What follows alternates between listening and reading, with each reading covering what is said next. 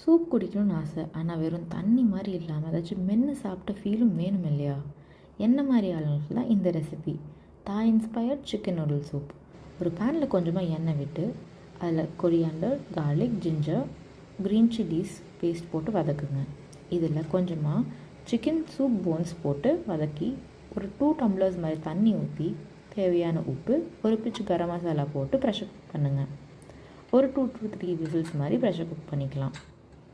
இதுலேருந்து அந்த சிக்கன் போன்ஸை வெளில எடுத்துருங்க. அந்த வாட்டர்லேயே ஒரு கேக் ஆஃப் வீட் நூடுல்ஸ் போட்டு ஒரு 1 விசிலுக்கு ப்ரெஷர் குக் பண்ணுங்கள்.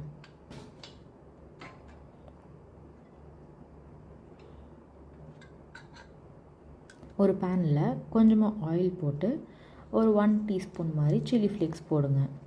இது கூட நீங்கள் ஒரு 100 கிராம்ஸ் சிக்கன் மின்ஸ் ஆட் பண்ணிக்கலாம். இதில் 1/2 டம்ளர் வாட்டர் ஊற்றி கொஞ்சமாக தேவையான சால்ட் போட்டுக்கோங்க. குக் பண்ணுங்கள். இது கூடயே அந்த ரிமைனிங் போன்ஸில் இருந்த மீட்டும் சேர்த்துக்கோங்க.